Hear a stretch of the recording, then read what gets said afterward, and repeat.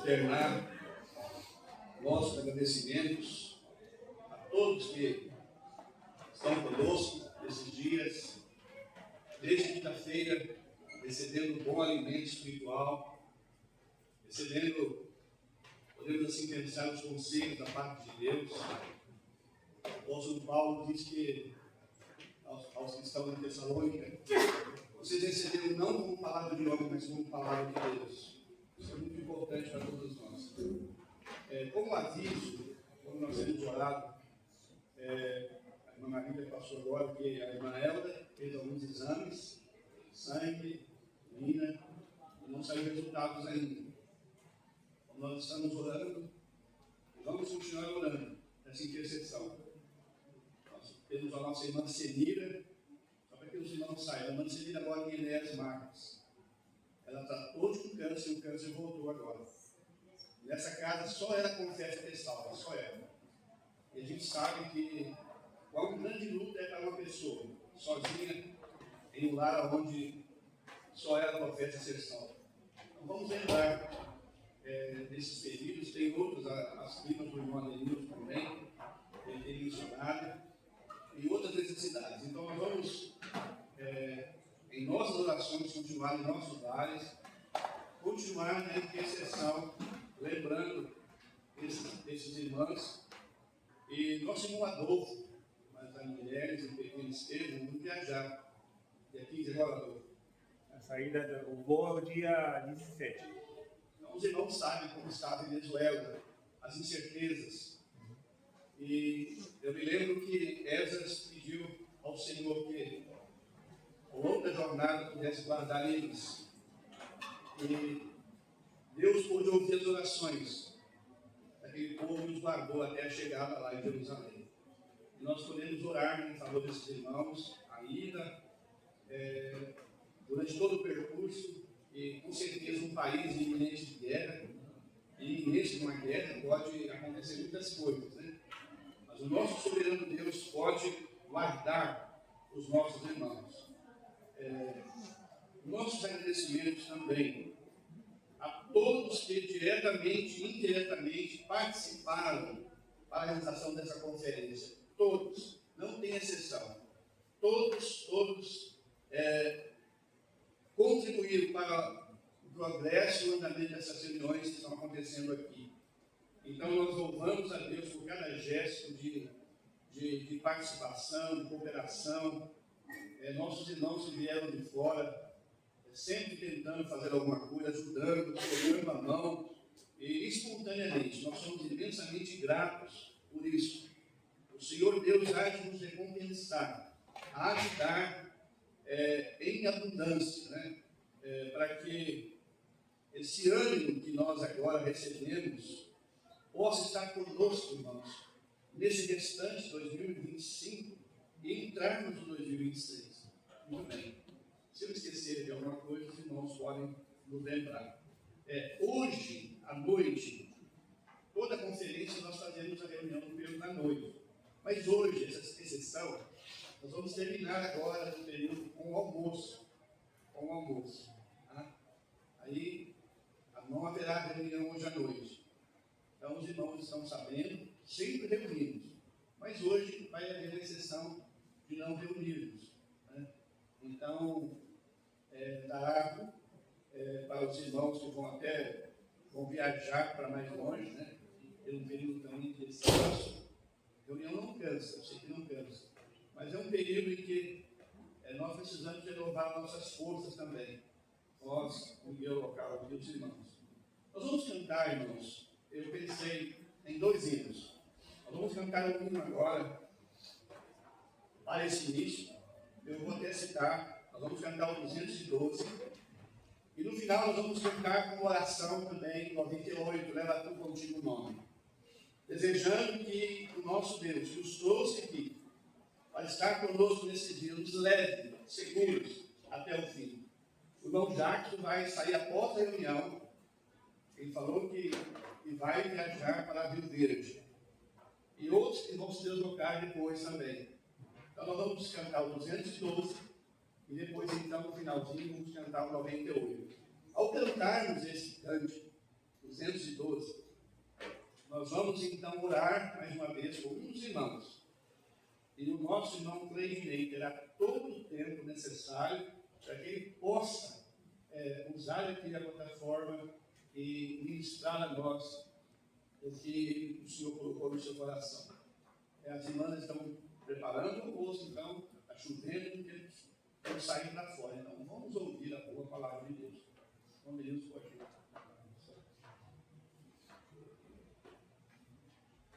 Deus nos guarde pelo seu poder, protege-nos e velados, desfrutando seus cuidados.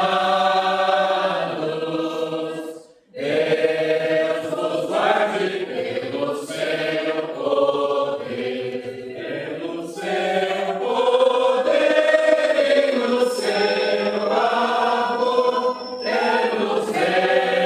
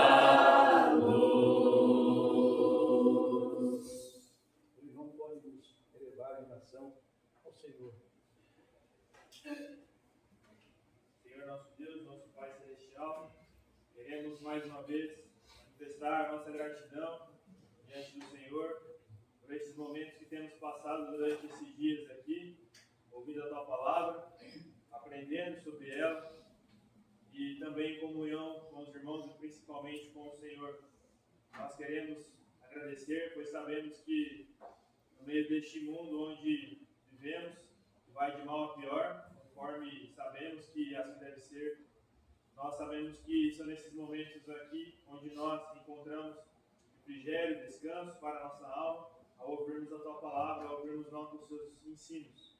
Nós queremos continuar deixando diante do Senhor, continuar nessa reunião, deste último período, onde nós desejamos mais uma vez ouvir a Tua palavra com os nossos corações abertos e que o Senhor possa nos ajudar para que não sejamos apenas ouvintes, mas sim cumpridores da Tua palavra, para que aquilo que há de ser dito, assim como também aquilo que já foi falado, que não entre por um ouvido e saia pelo outro, mas que ache lugar em nosso coração.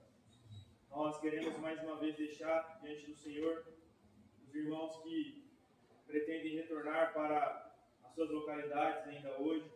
Mais uma vez nós deixamos eles diante do Senhor, contando com a Tua proteção nas estradas, livrando dos perigos, de acidentes e outras coisas mais. Deixamos diante do Senhor também mais uma vez, conforme foi mencionado, a Elta neste imprevisto que ocorreu no dia de hoje, de fazer alguns exames, deixamos diante do Senhor também. Amém. E o nosso irmão, neste momento que há de trazer a Tua palavra, conforme também tem sido mencionado, que o Senhor possa ajudá-lo e que ele possa recordar daquilo que ele já tem estudado anteriormente, que o Senhor tem colocado em seu coração para ser trazido até a cada um de nós. Nós deixamos diante do Senhor estes pedidos e esses agradecimentos, e assim nós o fazemos em nome do Senhor Jesus. Amém. Amém.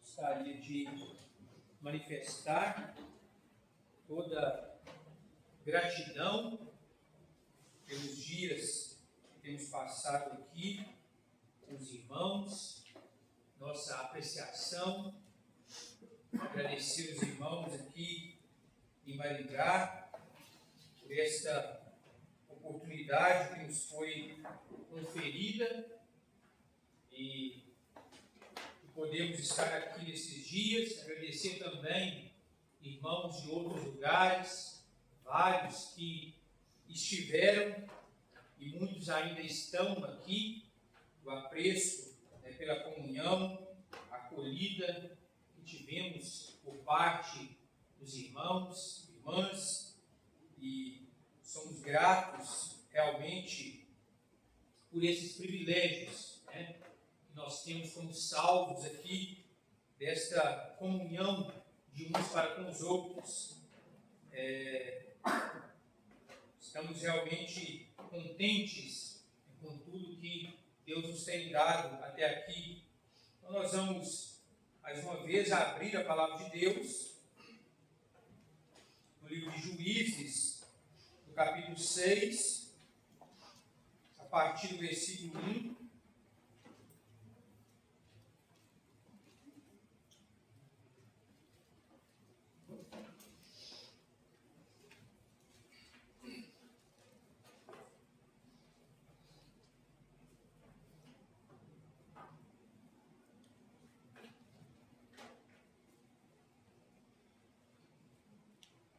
Fizeram os filhos de Israel o que era mal perante o Senhor. Por isso, o Senhor os entregou nas mãos dos midianitas por 7 anos. Prevalecendo o domínio dos midianitas sobre Israel, fizeram estes para si, por causa dos midianitas, as covas que estão nos montes, e as cavernas e as fortificações, porque cada vez que Israel semeava, os midianitas e os amalequitas, como também os povos do Oriente, subiam contra ele. E contra ele se acampavam, destruindo os produtos da terra, até a vizinhança de Gaza, e não deixavam em Israel sustento algum, nem ovelhas, nem bois, nem jumentos, pois subiam com seus gados e tendas, e vinham como gafanhotos, em tanta multidão que não se podiam contar, nem a eles, nem aos seus camelos, e entravam na terra para a destruir. Assim, Israel ficou muito debilitado com a presença dos midianitas. Então os filhos de Israel clamavam ao Senhor. Tendo os filhos de Israel clamado ao Senhor por causa dos midianitas, o Senhor lhes enviou um profeta que lhes disse: assim diz o Senhor, Deus de Israel: eu é que vos fiz subir do Egito, e vos tirei da casa da servidão, e vos livrei da mão dos egípcios e da mão de todos quantos vos oprimiam, e os expulsei de diante de vós, e vos dei a sua terra. E disse: eu sou o Senhor, vosso Deus, não temais os deuses dos amorreus, em cuja terra habitais. Contudo, não destes ouvidos à minha voz. Então veio o anjo do Senhor e assentou-se debaixo do carvalho que está em Ofra, que pertencia a Joás, a Biesrita, e Gideão, seu filho, estava malhando o trigo no lagar, para o pôr a salvo dos midianitas. Então o anjo do Senhor lhe apareceu e lhe disse: o Senhor é contigo, homem valente. Respondeu-lhe Gideão: ai, Senhor meu, se o Senhor é conosco, por que nos sobreveio tudo isto? E que é feito de todas as suas maravilhas que nossos pais nos contaram, dizendo: não nos fez o Senhor subir do Egito? Porém agora o Senhor nos desamparou e nos entregou nas mãos dos midianitas. Então se virou o Senhor para ele e disse: vai nessa tua força e livra Israel da mão dos midianitas. Porventura não te enviei eu? E ele lhe disse: ai, Senhor meu, com que livrarei Israel? Eis que a minha família é a mais pobre em Manassés, e eu, o menor na casa de meu pai. Tornou-lhe o Senhor: já que eu estou contigo, ferirás os midianitas, como se fossem um só homem. Vamos ficar com a leitura da palavra de Deus até aqui. Que o Senhor possa nos guiar, nos conduzir mais uma vez, para considerarmos um pouco mais deste inimigo, os midianitas, e agora considerarmos este libertador que o Senhor levantou em favor do seu povo, Gideão. Já temos considerado na primeira parte quanto Israel perdeu com a presença dos midianitas durante aqueles 7 anos. Perderam a liberdade, o fruto, o alimento e a força.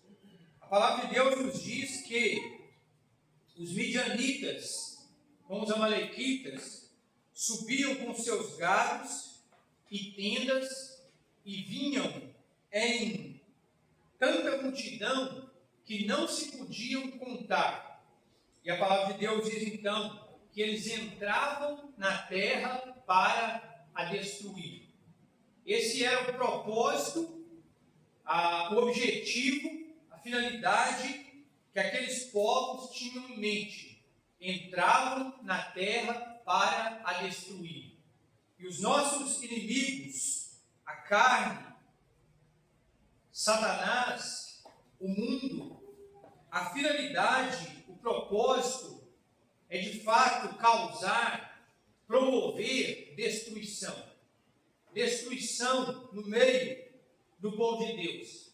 Destruição no meio das igrejas de Deus, da obra de Deus. Nossos inimigos não estão realmente para brincadeira, não estão para passar tempo, mas eles entram na terra para destruir, sem nenhuma compaixão, sem nenhum sentimento, sem poupar, eles entram na terra para destruir.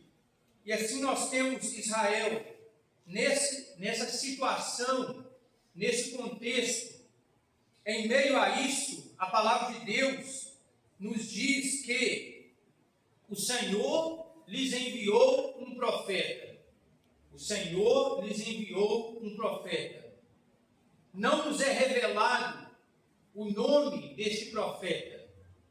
Deus não nos diz quem era esse profeta. Um profeta anônimo.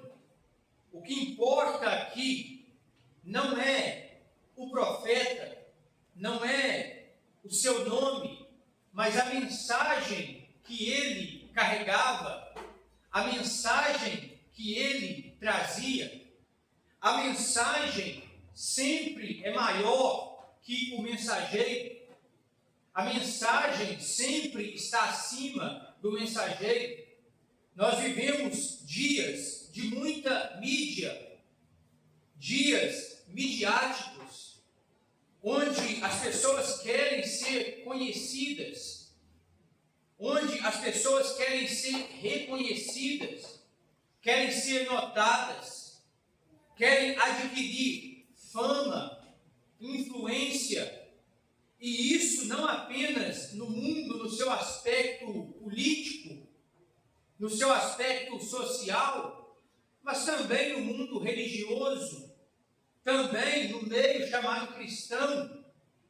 As pessoas querem ter um nome, querem ser conhecidas, querem ter fama, querem ter um posto. E Deus levanta aqui um profeta anônimo. É a maneira como Deus vai trabalhar para livrar, para restaurar o seu povo em meio àquela condição, toda aquela catástrofe. Durante aqueles 7 anos, Deus vai começar por um profeta anônimo. Deus vai começar por um servo que nós não sabemos, que ele não nos revela o seu nome. Deus trabalha assim. Os homens trabalham dessa forma, como nós temos visto: mídia, fama, ostentação, procurando a todo tempo serem conhecidos, reconhecidos, fazer célebre os seus nomes. Quanto mais nome, quanto mais influência, quanto mais fama para os homens, melhor. Mas Deus vai começar a trabalhar por um profeta anônimo. O Senhor lhes enviou um profeta. Meus irmãos, não estejamos preocupados com nome, com reconhecimento, com fama. Não estejamos preocupados em sermos reconhecidos. A mensagem sempre é maior que o mensageiro. O Senhor lhes enviou um profeta que lhes disse: assim diz o Senhor, Deus de Israel. Ele tinha na sua boca a palavra de Deus. Ele tinha nos seus lábios a palavra de Deus. Assim diz o Senhor, Deus de Israel. Não nos preocupemos em ter um nome, em sermos reconhecidos. Não nos preocupemos em que algo seja atribuído a nós, mas que nós nos preocupemos em trazer na nossa boca, nos nossos lábios, a palavra de Deus. A palavra do Senhor. Que a nossa preocupação seja tão somente essa: dizermos, apresentarmos para as pessoas, para os não salvos, para o povo de Deus, assim diz o Senhor. Nada aumentando, nada omitindo da sua palavra, mas procurando apresentá-la tal como ela é.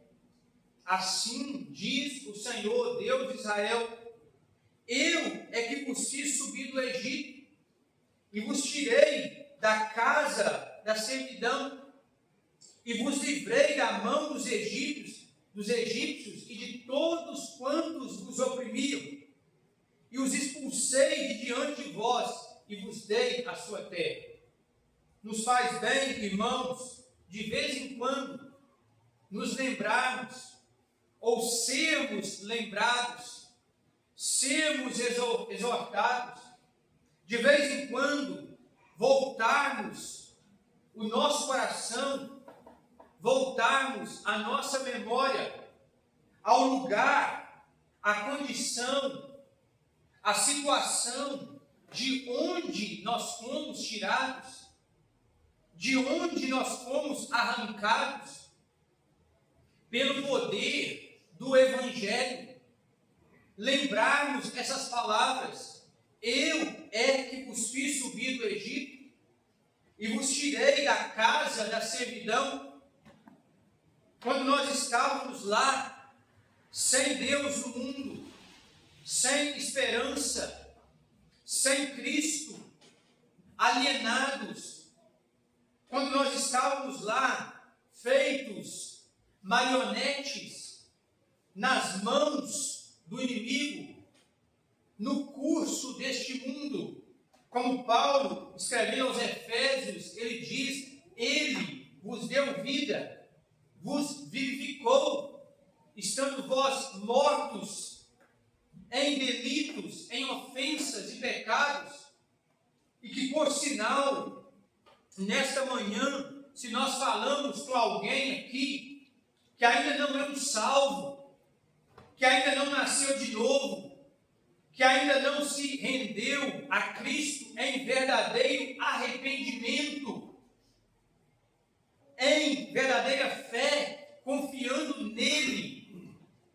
na sua obra, no seu sacrifício, na suficiência daquilo que ele realizou, sentindo os seus pecados e se rendendo a ele, recebendo por Salvador, caro amigo ouvinte, você se encontra morto em ofensas e pecados, você se encontra em um estado de morte espiritual, separado de Deus, a passos largos para a condenação. Mas o apóstolo lembra aos Efésios: ele vos deu vida, estando vós mortos em ofensas e pecados, e ele os lembra da condição que se encontravam anteriormente, e ele apresenta os três inimigos do crente. Ele vai dizer: nos quais andastes outrora, segundo o curso deste mundo, a Mesopotâmia, segundo o príncipe da potestade do ar, do espírito que agora atua nos filhos da desobediência, Satanás, Jabim, rei de Azor. E ele vai dizer: entre os quais todos nós também andávamos outrora, segundo as inclinações da nossa carne, fazendo a vontade da carne e dos pensamentos. Eglon, rei dos Moabitas. Mas ele vai dizer: mas Deus, que é riquíssimo em misericórdia, pelo seu grande amor com que nos amou, e estando nós mortos em nossos delitos, nos vivificou juntamente com Cristo. Pela graça sois salvos, e juntamente com ele nos ressuscitou e nos fez assentar nos lugares celestiais em Cristo, para mostrar nos séculos vindouros a suprema riqueza da sua graça para conosco, os que cremos. Faz bem, de vez em quando, voltarmos lá, não para desejarmos os pepinos, os melões do Egito, como Israel fez, não para termos saudades de lá, mas para detestarmos o sistema, mas para recordarmos de onde Deus nos arrancou, da situação que Ele nos tirou, do poço de perdição, do charco de lodo, do tremedal de lama, e por ter colocado os nossos pés sobre uma rocha, devemos nos lembrar sempre que estávamos lá sem Deus, e que Ele, pela sua graça, nos salvou. E o profeta traz essa mensagem, recordando Israel de onde Deus lhes havia arrancado, de onde Deus nos havia tirado. E para quê? Com que propósito? Meus irmãos, a salvação não é apenas uma fuga do inferno para o céu. Muitas vezes nós temos a salvação como se fora tão somente uma fuga do inferno para o céu. Deus nos salvou para muito mais. Deus nos salvou com um propósito muito maior. Deus nos salvou com uma finalidade muito mais elevada. Deus tem muito para nós, os salvos. Então, que nós possamos estar nos lembrando desse passado. Agora, além de Deus usar inicialmente um profeta anônimo para falar com o povo, o homem que Deus vai usar, levantar para libertar a Israel, é alguém também, do nosso ponto de vista humano, é ilógico, não é a pessoa ideal, não é de fato quem Deus deveria levantar para essa finalidade. Nós vamos ler, e Deus vai nos apresentar aqui Gideão. Então veio o anjo do Senhor e assentou-se debaixo do carvalho que está em Ofra, que pertencia a Joás, a Biesrita, e Gideão, seu filho, estava malhando o trigo no lagar para o pôr a salvo dos midianitas. Veio o anjo do Senhor e assentou-se debaixo do carvalho que está em Ofra, uma pequena cidade, uma cidade insignificante, uma cidade sem influência política em Israel, uma pequena cidade, um pequeno lugar, Ofra. E a palavra de Deus nos vai apresentar um homem, Gideão. O seu nome quer dizer, significa lenhador ou guerreiro. E Gideão, seu filho de Joás, a Biesrita, estava ali, naquele lugar meio que desconhecido, insignificante, sem uma importância nacional. Ali estava Gideão, e a palavra de Deus diz que ele estava malhando o trigo no lagar. Malhando o trigo no lagar para o pôr a salvo dos midianitas. ali estava um homem despretensioso. Esse homem que Deus vai levantar aqui, pela sua reação posteriormente, quando Deus vai chamá-lo, nós entendemos claramente que ele não tinha pretensão de liderar o povo de Deus. Ele não tinha pretensão de estar à frente do povo de Deus. Quando Deus vai chamá-lo, ele vai dizer: olha, ai Senhor meu, com que livrarei Israel?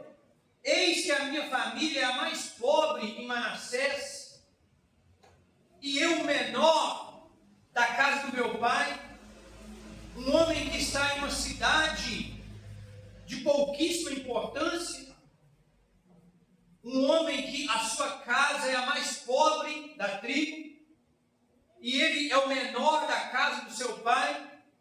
Ele não tinha pretensão humana de estar conduzindo o povo de Deus, mas ele estava ali fazendo o que podia, fazendo o que estava ao seu alcance, malhando o trigo no lagar. Desse homem poderia ser dito também, como o Senhor Jesus certa vez disse acerca de uma mulher: ela fez o que pôde. E Gideão estava fazendo o que podia, o que estava a seu alcance, diante daquele cenário desalentador, desanimador, diante de tanta catástrofe, um povo sem liberdade, sem fruto, sem alimento, sem força, um território destruído pelos inimigos. Irmãos, aqueles que Deus irá usar para conduzir o seu povo, normalmente, serão aqueles que não têm a pretensão para tal, serão aqueles que estão fazendo o que podem, mas não têm a pretensão nos seus corações de estarem à frente, de estarem conduzindo o povo de Deus. Aqueles que não estão projetando isso com seus corações humanos, com a ótica humana. Como é lamentável quando nós vemos na vida das igrejas de Deus, irmãos, homens, que estão ansiando, que estão buscando por isso, que estão projetando, que querem a todo custo isso, como se fora um cargo, como se fora uma posição, como se fora um lugar de privilégios, de regalias, como se isso lhes pusera em uma posição de superioridade em relação ao povo de Deus, lhes conferisse privilégios, honrarias. E como é triste quando há essa busca, não é aquilo que nós lemos lá em 1 Timóteo capítulo 3, quando o apóstolo diz: se alguém almeja, se alguém aspira o episcopado, excelente obra almeja. Não é essa aspiração. É a aspiração por uma posição. Como é triste, Gideão não tinha essa pretensão. E Deus vai usar pessoas, homens, que normalmente não têm essa pretensão humana, mas que estão fazendo o que podem, dentro do contexto da igreja, que estão malhando o trigo no lagar,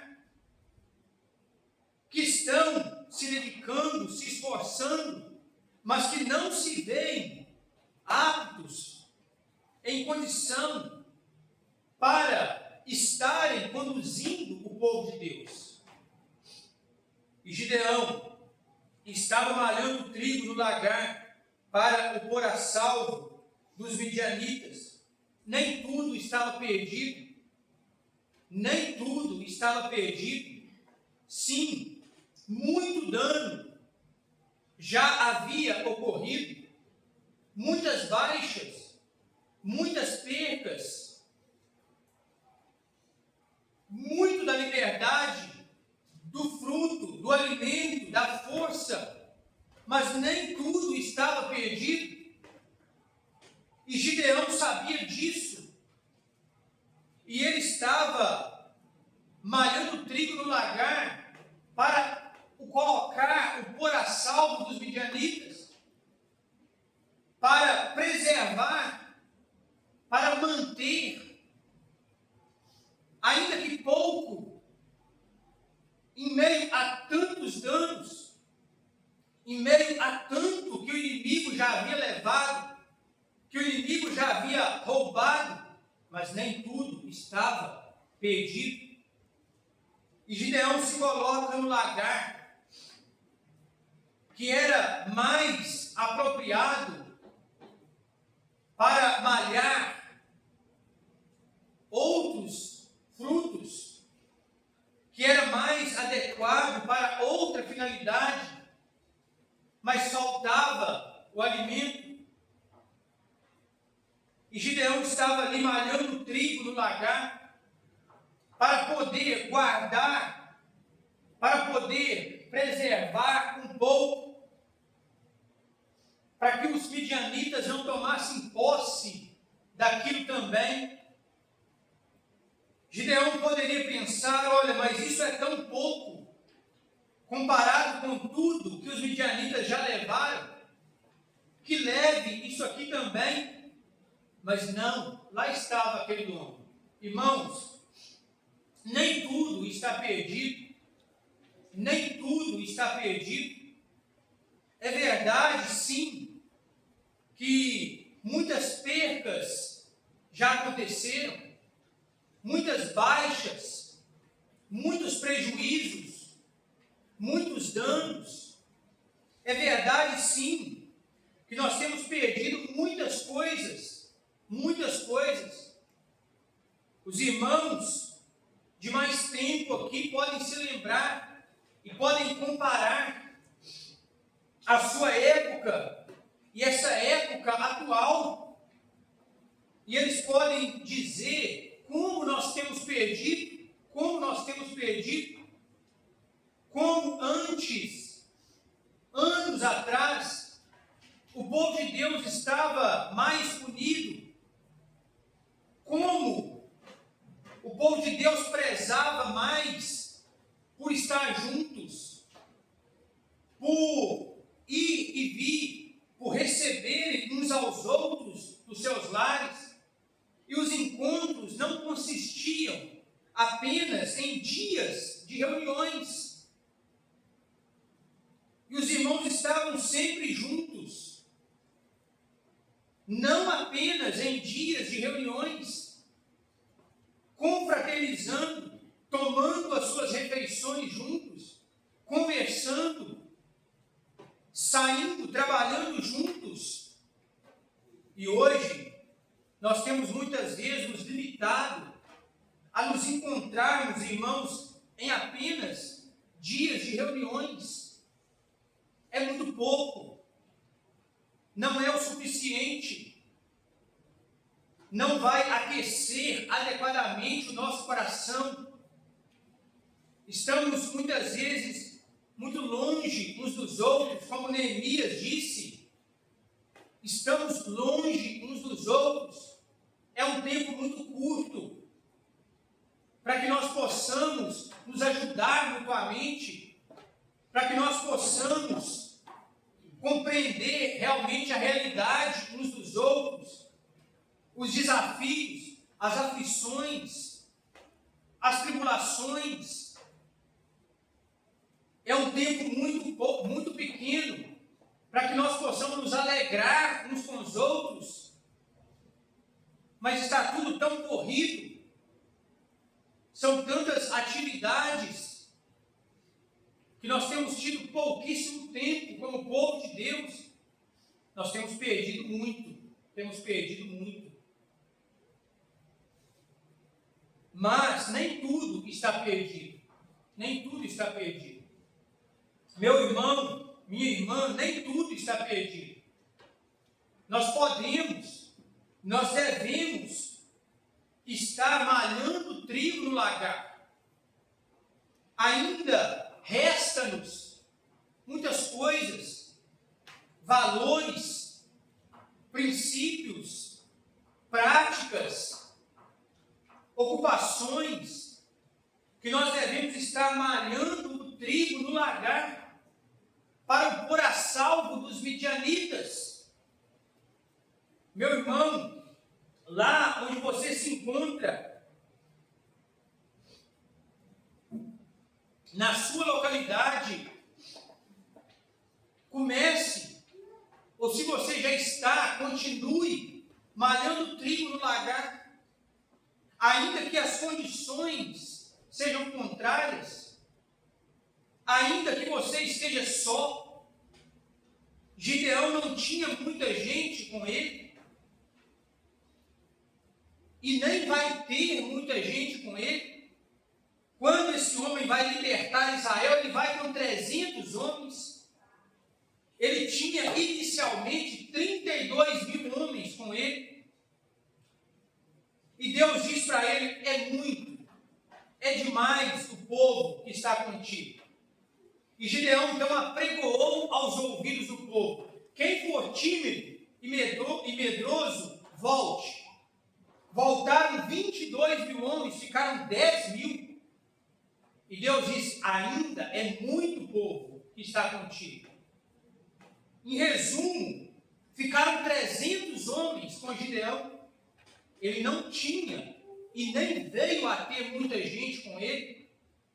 Então, se você está lá malhando o trigo, ainda que as condições sejam contrárias, que os ventos sejam contrários, ainda que haja resistência, ainda que haja oposição, ainda que não tenha muitos companheiros, ainda que você seja a minoria, continue malhando o trigo no lagar para o pôr a salvo dos midianitas.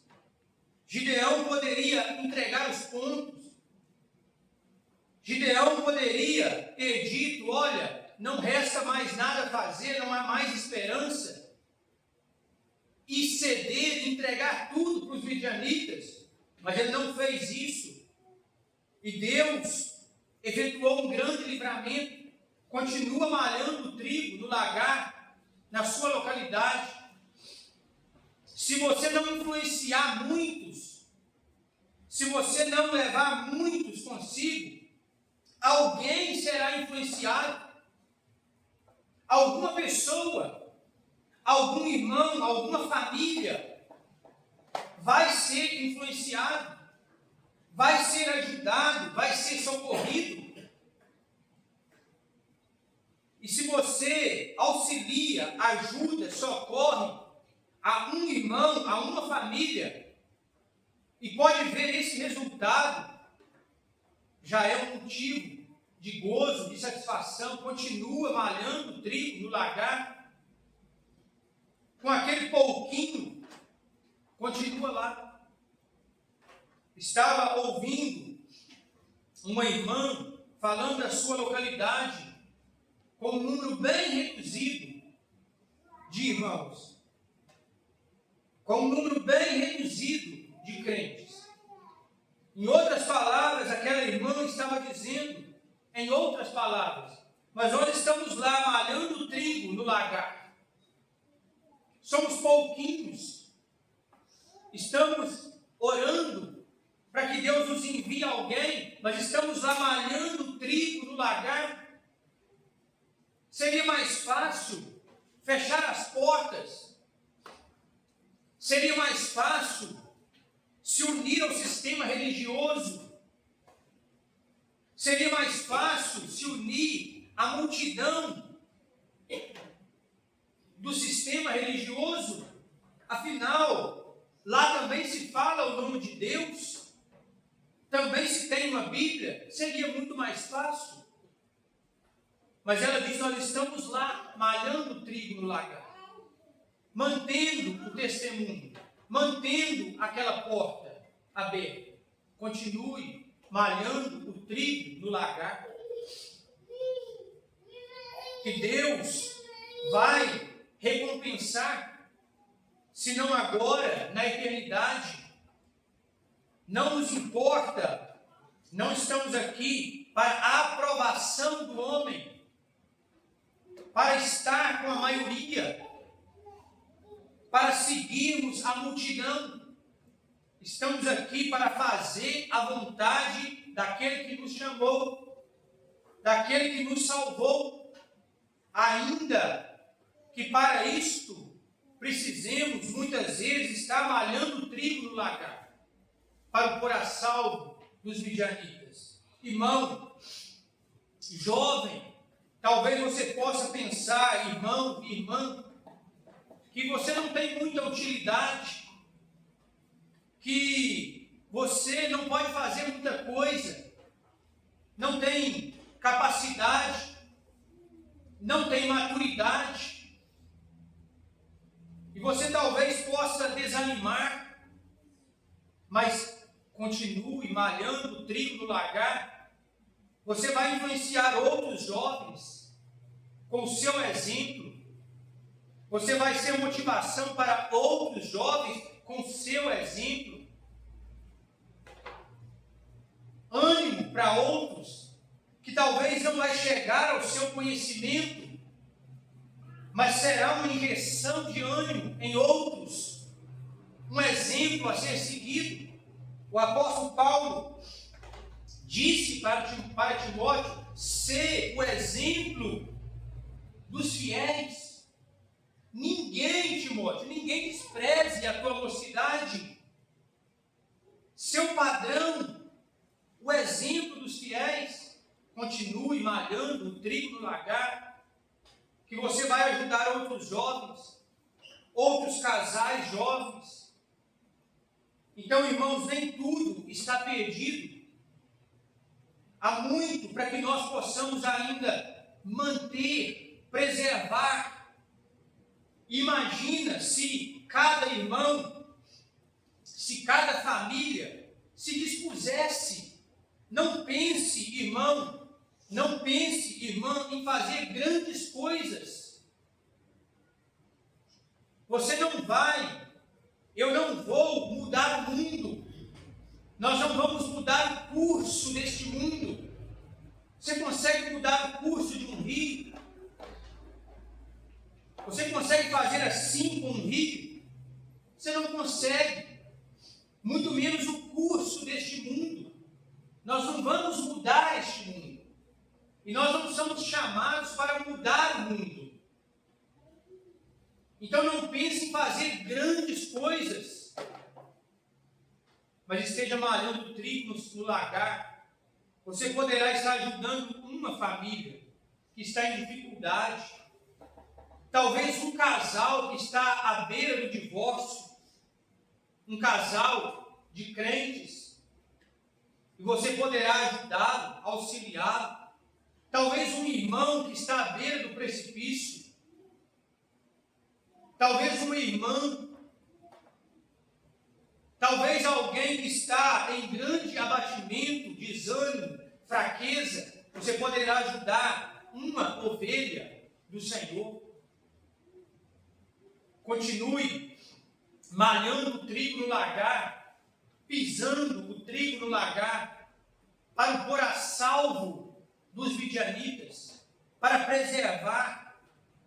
Então que Deus possa nos ajudar, todos nós, a preservar, ainda que esse pouquinho que Ele nos tem dado, que ainda nos tem restado, nesses últimos dias que antecedem a vinda do nosso Senhor, a vinda do nosso Salvador, para que nós possamos ouvir dele: bem está, servo bom e fiel, malhou o trigo no lagar. Lá estava esse homem, Gideão, e o anjo do Senhor lhe apareceu e lhe disse: o Senhor é contigo, homem valente. O Senhor é contigo, homem valente.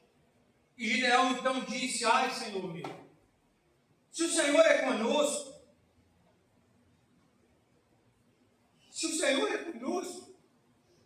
por que nos sobreveio tudo isso?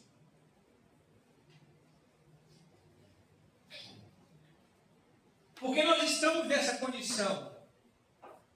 Porque é essa a nossa situação. Porque nós estamos desmoronados. Porque o inimigo tem debochado de nós. Porque o inimigo tem zombado de nós. Porque nós estamos nesse monturo, nesse caos, nessa desolação. Se o Senhor é conosco, por que nos sobreveio tudo isso? E que é feito de todas as suas maravilhas que os nossos pais nos contaram? Se o Senhor é conosco, onde estão todas as maravilhas que os nossos pais nos contaram? Já nossos pais nos contaram a glória de Deus falando com muito prazer, que nas tristezas, nos grandes perigos, Ele os salvou por seu grande poder. O testemunho dos nossos pais, Gideão está dizendo, dos nossos antepassados, das gerações passadas, eles nos contaram de todas as tuas maravilhas, dos poderosos feitos do Senhor para com o seu povo, das suas obras para com o seu povo. Os nossos pais nos contaram que o Senhor nos fez subir do Egito, e Ele diz: porém agora o Senhor nos desamparou e nos entregou nas mãos dos midianitas. E então o Senhor se virou o Senhor para Gideão e disse: vai nessa tua força e livra Israel da mão dos midianitas. Porventura não te enviei eu? E Gideão podia dizer: Senhor, mas que força! Vai nessa tua força. Mas que força! Olha a condição que nós nos encontramos. Olha o estado que nós estamos. Olha a situação que nós estamos. Gideão, vai nessa tua força. Força que o Senhor lhe conferia. Força que o Senhor lhe dava. Força vinda de Deus. Vai nessa tua força. Eu não te enviei eu. Não te mandei eu. A força do Senhor, irmãos. O apóstolo Paulo, ele falou para Timóteo: tu, porém, filho meu, fortifica-te na graça que está em Cristo Jesus. Fortifica-te na graça que está em Cristo Jesus. Essa fonte de fortalecimento, a força que o profeta Isaías diz, ele faz forte ao cansado e multiplica as forças ao que não tem nenhum vigor. E então, Gideão, ele disse: ai, Senhor meu, com que livrarei a Israel? Com que livrarei a Israel? Eis que a minha família é a mais pobre em Manassés, e eu o menor na casa de meu pai. É assim que Deus usa homens. É assim que Deus usa os seus servos e as suas servas. Muito menos de nós mesmos. João Batista disse: importa que ele cresça e que eu diminua. Lamentavelmente, irmãos, quantas vezes nós nos deparamos, cada um de nós, precisamos confessar quantas ocasiões que nós fomos confiados no nosso braço, na nossa força, suficiência, capacidade, oratória, intelecto, tantas outras coisas mais. Quantas vezes Deus vai usar homens como Gideão? Ah, Senhor, com que livrarei eu a Israel? Eis que a minha casa é a mais pobre em Manassés.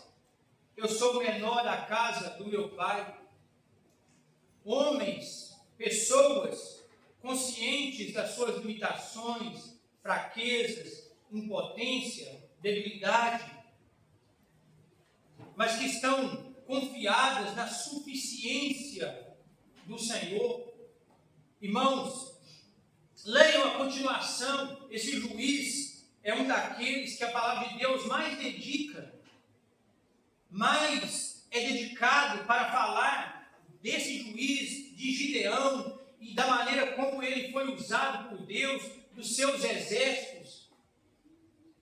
Humanamente falando, é uma loucura. Tudo que você vai ler desse homem, de como Deus usou, a maneira como Deus libertou Israel, é uma loucura. Um exército de 300 homens, para combater um inimigo com alguns milhares de soldados. E Deus diz, com estes, você vai livrar a Israel. 300 homens. Mas esses 300 homens, como se já não bastasse isso, eles não têm as armas mais poderosas em mãos. Eles não têm um armamento, um poderio militar. Esses 300 homens, o que eles vão ter nas mãos?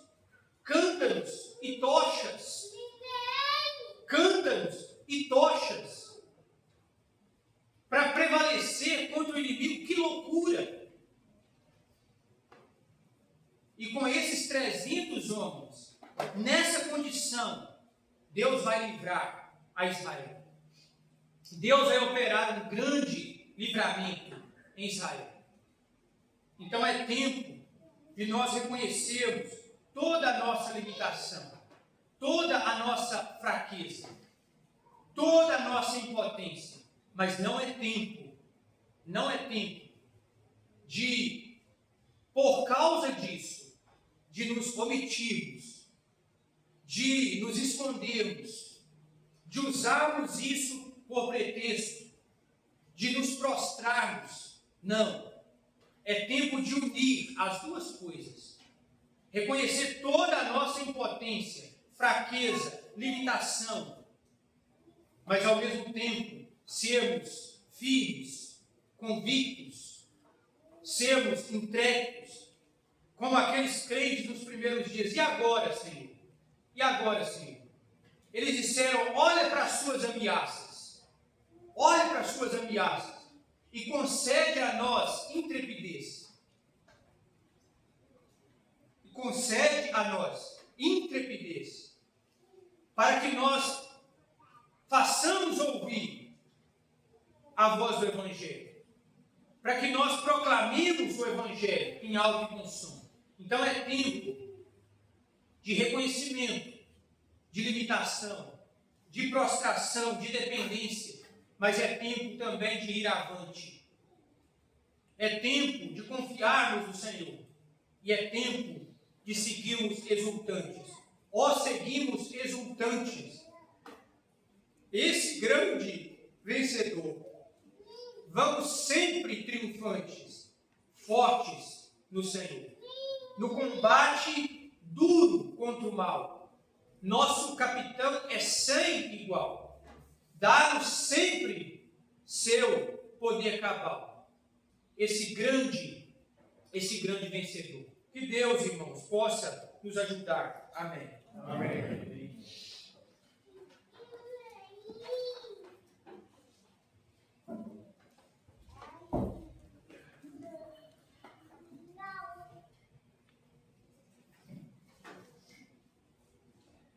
Bem, irmãos, guiando para o fim,